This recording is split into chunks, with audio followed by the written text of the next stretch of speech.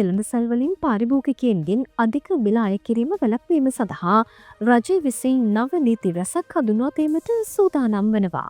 මෙම නව නීති කෙටුම්පත් මගින් ප්‍රධාන සුපිරි වෙළඳසැල් අධික මිල අය කරන බව තහවුරු වුවහොත් දැඩි දඬුවම් සහ දඩමුදල්වලට යටත් වීමට සිදුවනවා. මෙය රජයේ ලපා දුන් මැතිවරණ පොරොන්දුවක් යටතේ ක්‍රියාත්මක වනවා.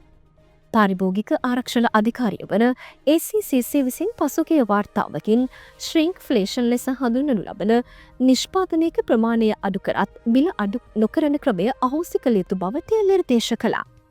එම වාර්තාවේ සඳහන් වූයේ ඔස්ට්‍රේලියානු සුපිරි වෙළඳසැල් දෙකක් වන කෝල්ස් සහ වුල්වර්ත් සමාගම් දෙක විසින් සුපිරි වෙළඳසැල් කර්මාන්තය තුළ ආධිපත්‍ය තරණ බවයි.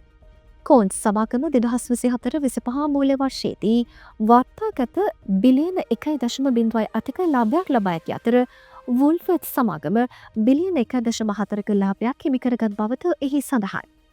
මෙම නව නීති සම්බන්ධයෙන් භාණ්ඩාගාරය සමග සති දෙකක් පුරා උපදේශන කිහිපයක්ද පවත්වන බව ඇන්තනි ඇල්බනිස් ප්‍රකාශ කළා.